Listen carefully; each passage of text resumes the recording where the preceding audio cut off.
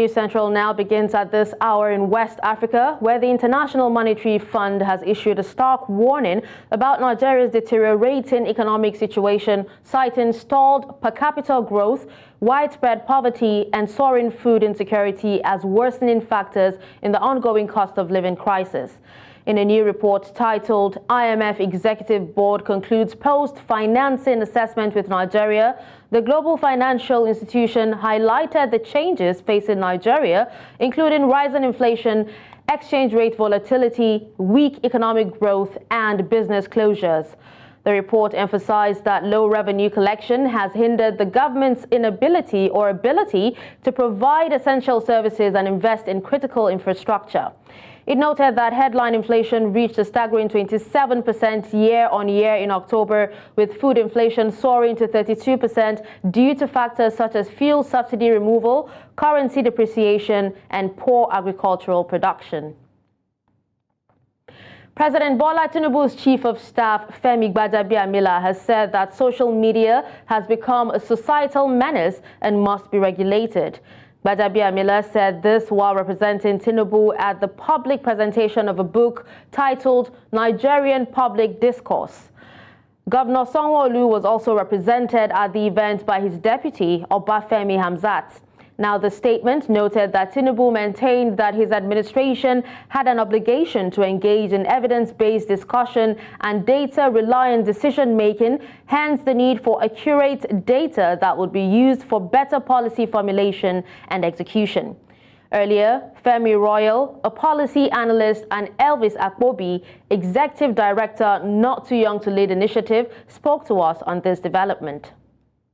A lot of times when our policymakers or politicians generally advocate for, regulation of social media, first things on the countries they cite are the likes of, China, where it's not exactly a democracy. Imagine in America, for example, and you're putting out advocacy for the control of social media. You will face very steep opposition, right? Because social media is a very important tool. We must understand that it is a tool, right? And it's also a tool that supports democracy because it gives a platform for sharing information. It gives a platform for connecting with people across different divides, across different political sides, and essentially the good thing about it is it gives a platform for sharing ideas, for engaging, for having opinions, and for hearing yourself out as much as possible. Most of the politicians that are talking today, a lot of them have leveraged social media to further their ideas, to advance their ideologies and all of that. Social media is a tool of our time, and if you agree with me, it's the biggest estate in the world. It's a tool where we've used over time to, amplify the muted voices of other people, from bring back our girls to women now behind wheels in Saudi Arabia, and to, always engage those who contracted governance with our votes. So when I see issues of regulating social media, fine, there are issues of there are challenges with fake news and all that. But the fact remains that you're a Nigerian. Imagine we don't have this tool of our time. We couple with the kind of persons, the mindset of the persons who are leading us today. Nigeria will go into extinction. Not because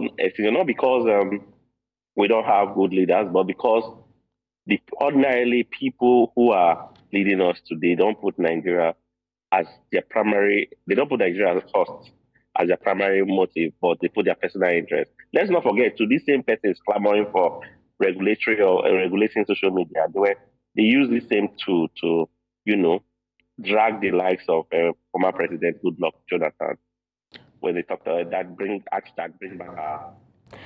The federal government's pledge to release 102,000 metric tons of assorted grains in a bid to address the pressing food crisis has garnered attention from leading opposition parties in Nigeria. The Labour Party and the People's Democratic Party have urged the Bola Tinubu-led administration to ensure transparency in executing this commitment. they expressed skepticism over past unfulfilled promises. Now, spokespersons for the opposition parties emphasized the need for the government to deliver on its word this time. The Labour Party's campaign organization criticized previous failed pledges, citing delays in delivering promised relief to Nigerians. Similarly, the PDP's Deputy National Publicity Secretary underscored the urgency of the situation, urging the government to act decisively to alleviate hunger among Nigerians. President Bola Tinubu has announced plans to make the country self-sufficient in food production and transform it into a net exporter of agricultural products.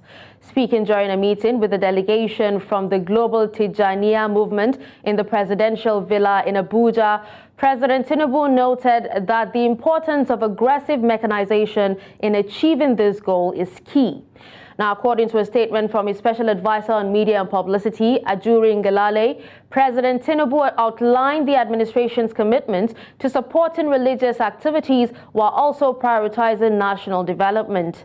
President Tinubu further elaborated on plans to enhance agricultural productivity, including the expansion of farmlands, provision of low-interest loans to farmers, and investment in irrigation infrastructure.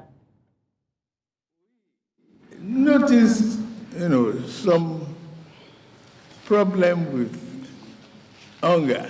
When you see the war in Ukraine, in many other places,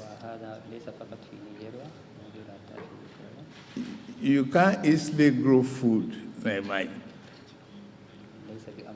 We will be able to feed ourselves. We are going to cultivate more farmlands. We are going to equip farmers with low interest or no interest loans. We are going to bring tractors into this economy.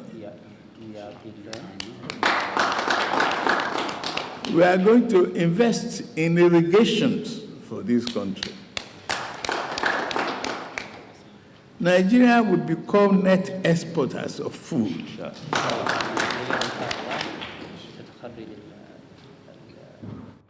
That was the President of the Federal Republic of Nigeria. Now, we'll take a quick break, and when we come back, News Central Now resumes.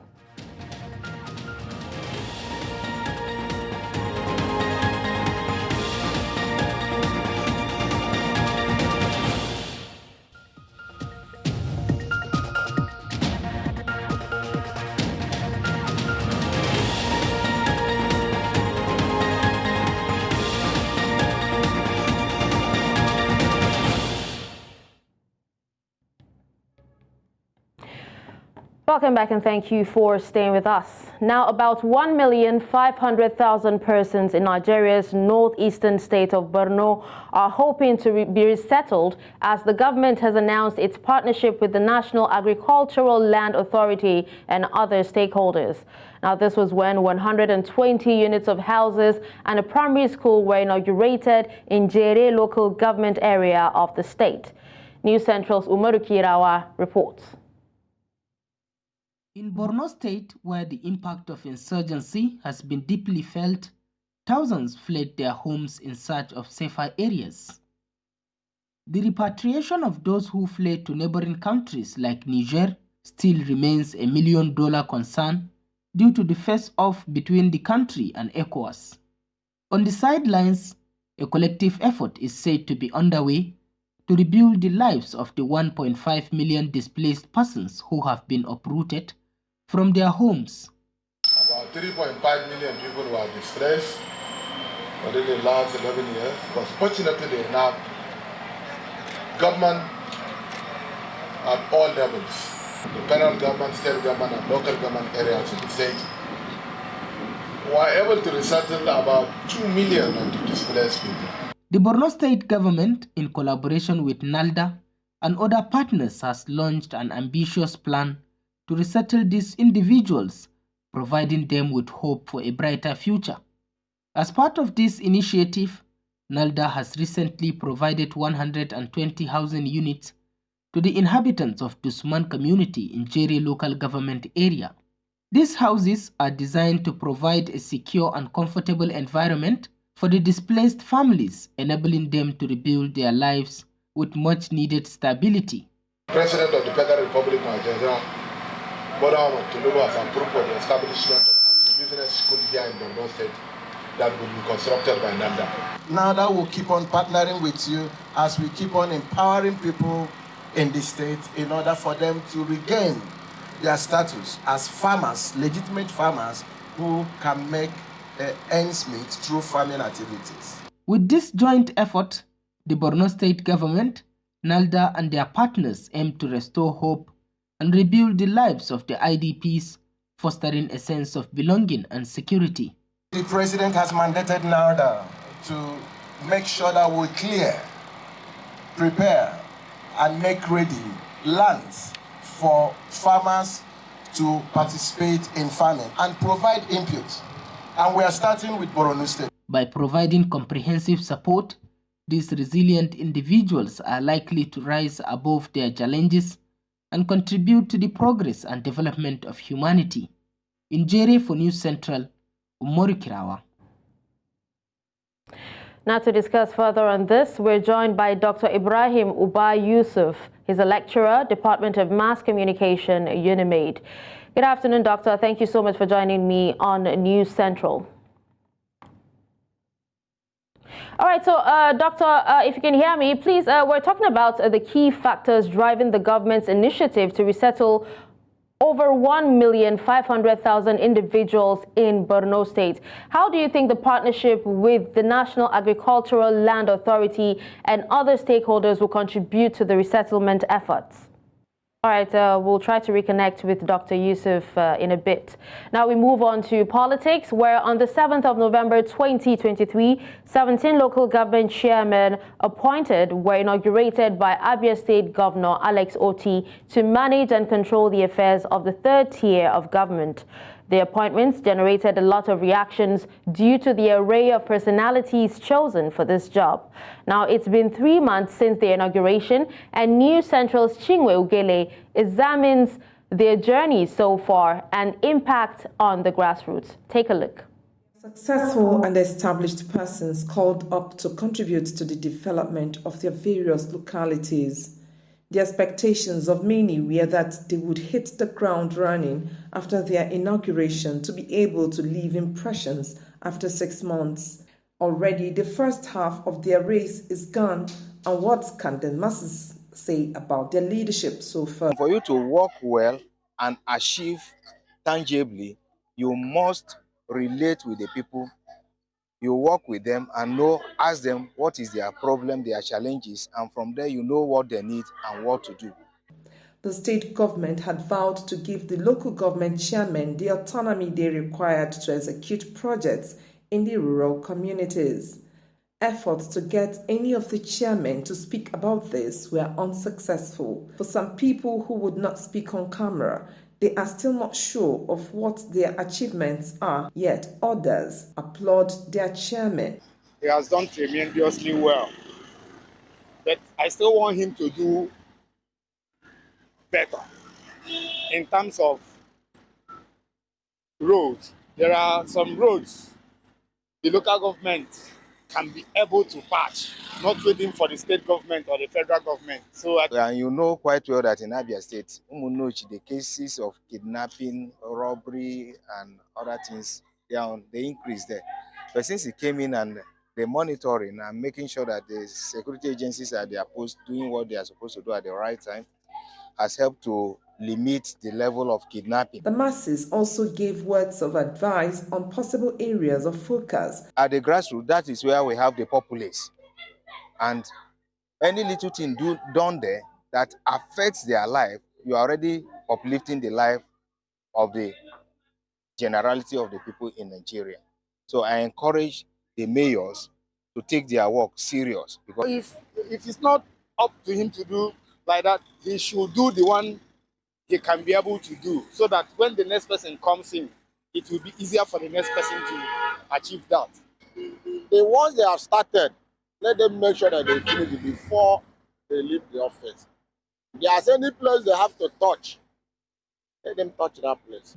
The local government over the years has been a tool in the hands of the state governors who decide those who occupy the seats as chairmen through appointments and even elections, which makes their claims of giving autonomy to the chief executive of the council areas appear unbelievable. In Omar Hefo News Central, Chinwe Ugili. All right, I'll be going back to the story on post-insurgency recovery, where about 1,500,000 persons in Borno State are hoping to be resettled. And we've been able to reconnect with Dr. Ibrahim Uba Yusuf, a lecturer, Department of Mass Communications, UNIMAID. Good afternoon, sir. Thank you so much for joining me. Good afternoon. Yes. It's my pleasure to join you at this hour. All right, the pleasure is all mine. Now, talking about the government's initiative to resettle 1,500,000 individuals in Borno State, I was actually asking, how do you think the partnership with the National Agricultural Land Authority and other stakeholders would contribute to the resettlement efforts?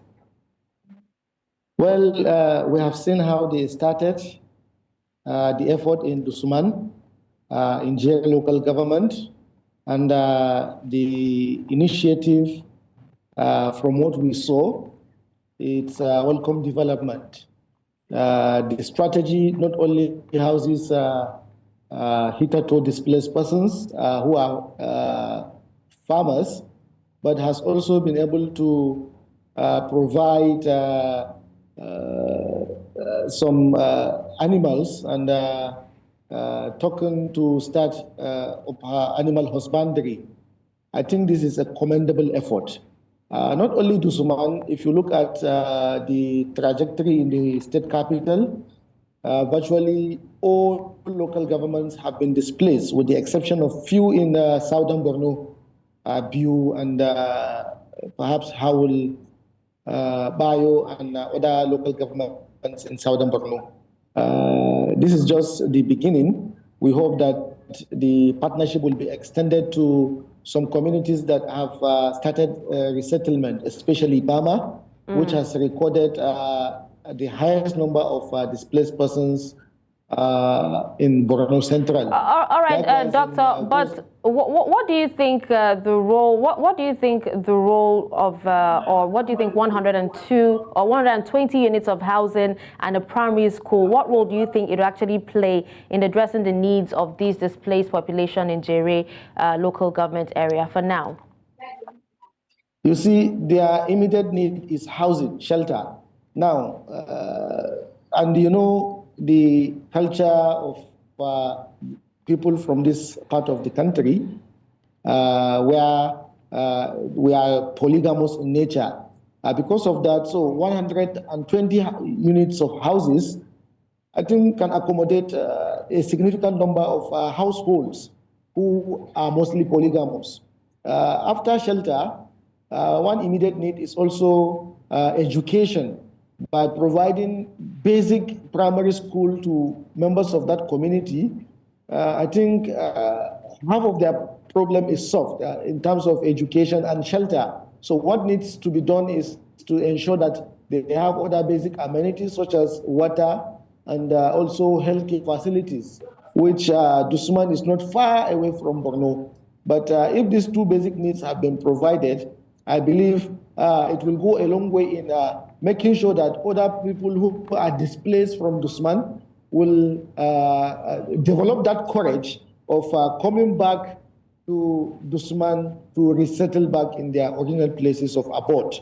For now, they have gotten shelter, and then they have gotten a primary school. I think this is a key initiative that will make people to understand the nature of resettlement efforts being made by the state government in partnership with NALDA. That's actually quite commendable as well. But can you tell us, if you feel that there will be specific challenges or even considerations that the government and its partners are likely to face in the resettlement process, particularly in Borno State? We know how, very, very sensitive that area is. Well, I think some of the challenges they may likely face is in terms of distribution.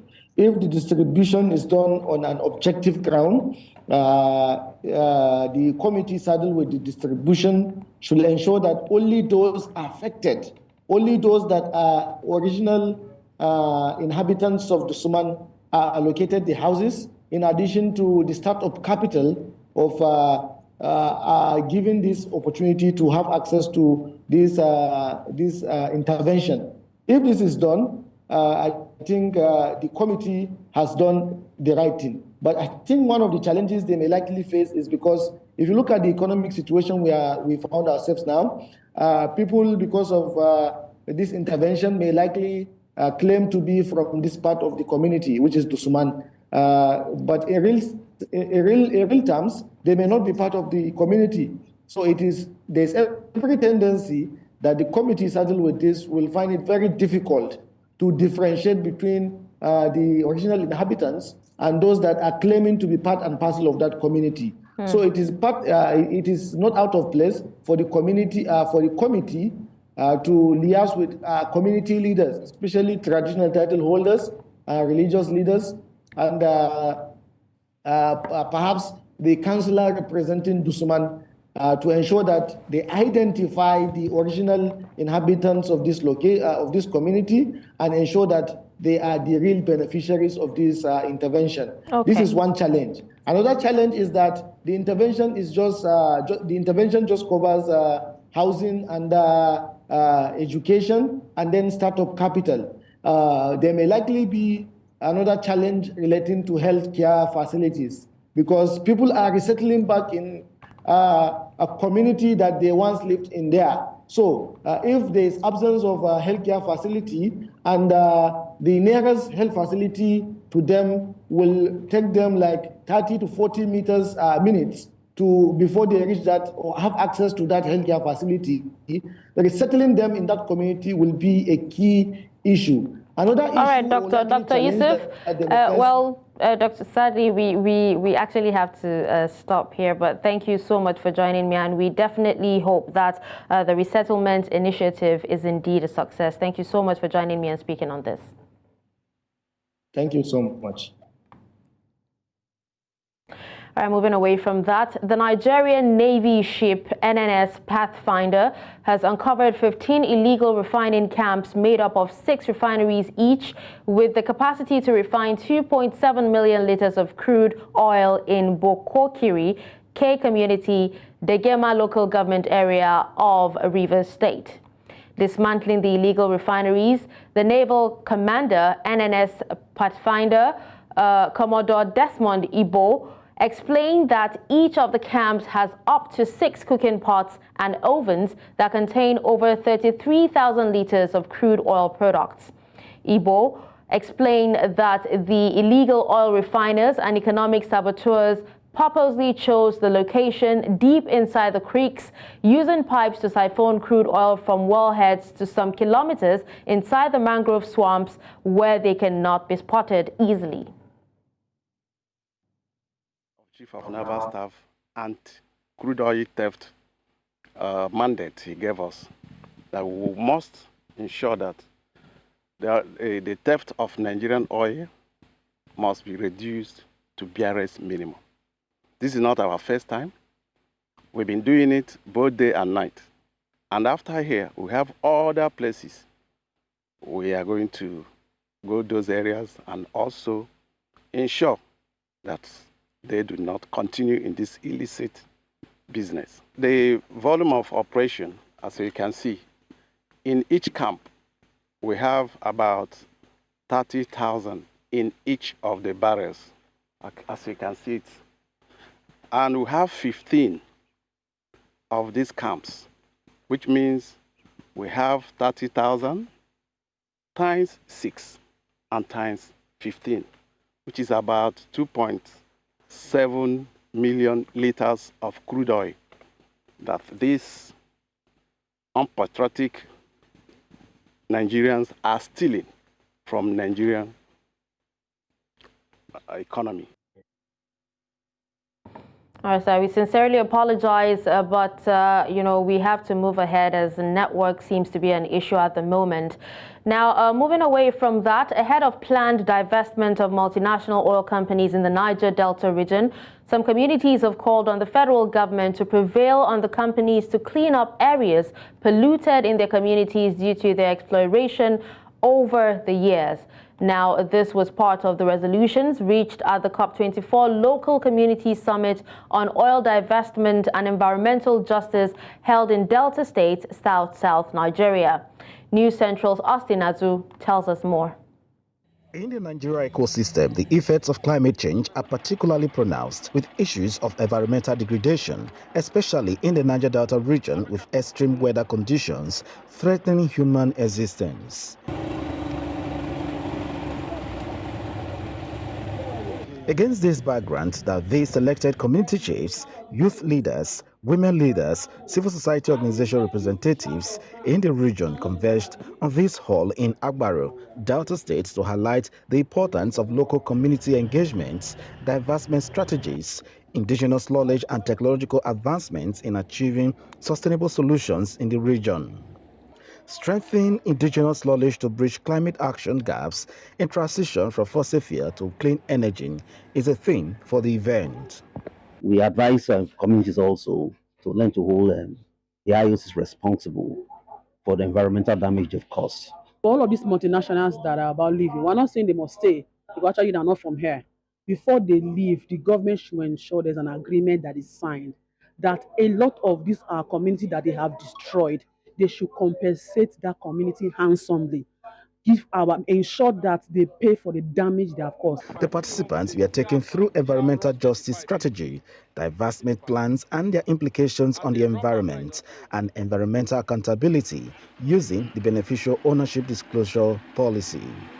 The issue around, oil pollution is a recurrent issue. Aside from Ogoniland that has been environmentally audited, and currently we are seeing some remediation work going on, the entire Niger Delta needs to be audited. The entire Niger Delta needs to be cleaned up. All community people needs to be compensated. So we are saying first that the companies who are planning to exit our onshore facility, our onshore sites, should first take care of the mess that they have created. Compensate the people for the injustices and the suffering that they have gone through. Executive Director of Connected Advocacy and Partners said the neglect of local community issues at COP28 underscored the urgent need for action, particularly in regions like the Niger Delta, where inhabitants can no longer have access to fresh air, arable farmlands, stay healthy due to environmental degradation. Next is engagement. So you're going to be seeing actions from local communities, holding their duty bearers accountable, and also telling the IOCs, before you divest, pay compensation, ensure remediations to the environment that you've been using for decades. So with these tools, they understand now how to check for beneficial owners, how to understand the environmental audits, and also what they can be doing also to reduce their carbon footprints, were all what we discussed here today, to ensure that local community using their indigenous knowledge to drive climate action. Stakeholders believe that addressing this issue requires a multifaceted approach, including enhanced regulation of the oil and gas industry, remediation of contaminated sites, and investment in alternative livelihoods for affected communities. Additionally, promoting reforestation and ecosystem restoration projects can help mitigate the carbon emissions associated with deforestation and land degradation in the region. In Asaba for News Central, I'm Austin Azu. Earlier, Olamide Martins, a social analyst, spoke to us on this development. Impacts of IOCs that have maximally deployed and depleted their environment. The people, unfortunately, will also be subject to social implications of IOCs and their inglorious activities over the years that have unfortunately been disregarded by the policies of government. So it's going to be a continued infraction on the part of the people of Niger Delta, and to us this is not fair, it is not acceptable, this should not be promoted by any means or standard, not even in a society like Nigeria. Development, like you did rightly mention, should come from the people, but unfortunately the type of climate that we come from, development are always forced on us. we found ourselves in a situation where government rule books, like I do always call them, have failed to think ahead of days and times like this. Divestment, like one of the person you interviewed mentioned, will eventually happen one day. These guys are not from here, so one day they will pack their bags and baggages and leave the shores of our land. But then our government have failed to have enough foresight to accommodate eventualities such as this. So I naturally expect that the social concerns that, of course, will emanate from this, divestment, the environmental implications that will be natural from this divestment, and the knowledge gap that we'll begin to see in the next coming days should have been catered for by the policies of government. People have said environmental audits are being carried out. How far are we going to implement this audit? You're still watching News Central now. Coming up after the break. Tragedy strikes as explosion rocks Western Cameroon, killing one. We'll bring you more on this when we return.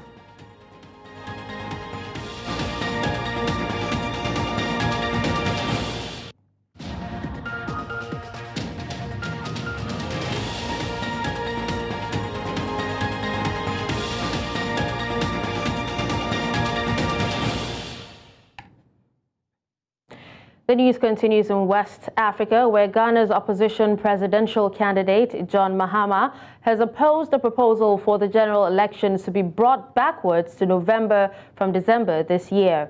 The Electoral Commission, EC, said the proposal initially put forward by the political parties aimed to allow sufficient time for the Commission to effectively manage its operations, particularly in the event of a runoff.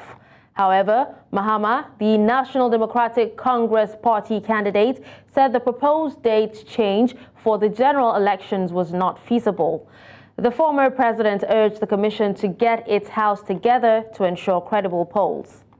Liberian President Joseph Boakai has mandated the General Audit Commission to conduct a forensic audit of 3 critical government agencies, that's the Central Bank of Liberia, the National Security Agency, and the Executive Protective Services.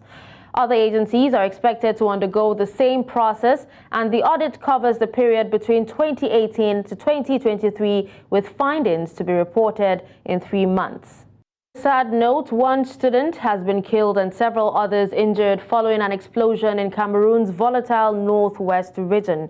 The explosion occurred on Sunday during a Youth Day commemoration march in Kambe town, sending shockwaves through the community.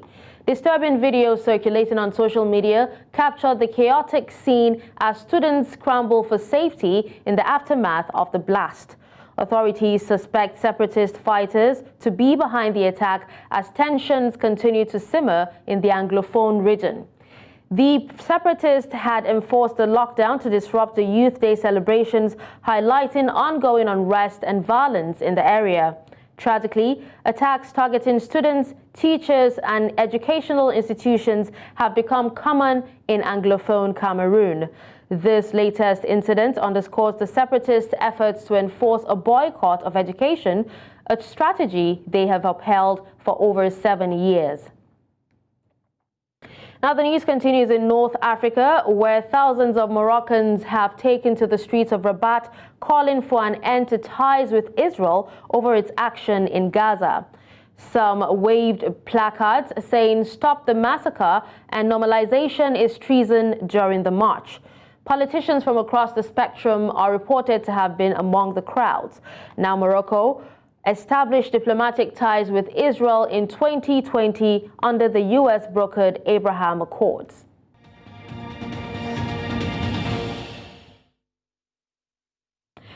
Outside the African continent, a man shot 3 people dead at the premises of a shipping company in coastal suburb of Athens on Monday before killing himself. According to Greek police, the shooter broke into the building belonging to European product carriers, killing 2 men and a woman and barricading himself inside. Officials say the gunman was an Egyptian employee of the company who had been made redundant and that he was found dead in the basement with his weapon next to him. Police earlier said officers entered the building and evacuated 2 women the shooter had locked in the toilets. Η έκνομη ενέργεια του δράστη είχε ως αποτέλεσμα τον θανάσιμο τραυματισμό 3 ατόμων, μεταξύ των οποίων και η ιδιοκτήτρια της εταιρείας. Ο δράστης, ο οποίος εργαζόταν για την οικογένεια, βρέθηκε νεκρός σε άλλο χώρο από τους 3 νεκρούς της εταιρείας. Palestinian Authority Prime Minister Mohammed Shtayyeh has denounced the latest Israeli strikes on Rafah. He also calls on Israel to be expelled from the United Nations if it continues to violate the institutions of the UN, referring to Israel's attitude towards UNRWA, that's the UN Agency for Palestinian Refugees. He stressed that Israel continues to commit the crimes of genocide that began in Gaza. He also said that the displacement attempts that are still ongoing and its plans are ready to be implemented, but Palestinian people will not leave their land and will not abandon it. الإسرائيلية بحصاد المزيد من أرواح أولادنا في قطاع غزة. وفجر اليوم بدأ تصعيد جديد أعلن عنه رئيس الوزراء الإسرائيلي نحو اجتياح رفح، آخر مربع لجوء في قطاع غزة راح ضحيته 100 شهيد معظمهم من الأطفال والنساء. إسرائيل تمارس تدمير اقتصادي ومالي للسلطة عبر الحواجز والتفتيت الجغرافي ومنع العمال من الوصول إلى أماكن عملهم وإحكام السيطرة على المناطق المسمى جيم ومنع تنميتها وتطويرها. هناك اليوم أكثر من 700 حاجز عسكري وبوابات وغيره، وقد أدى ذلك إلى تراجع وتيرة الاقتصاد. وندين قرار لجنة الكابينت الإسرائيلية التي أوصت بإغلاق مقر الأنروا بالقدس. هذا القرار هو بدء تنفيذ الحرب المعلنة على الأنروا لتصفيتها، وإذا استمرت إسرائيل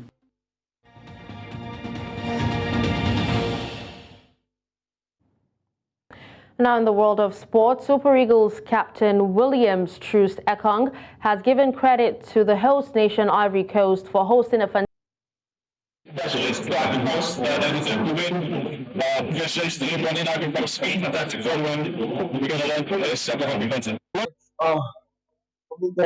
to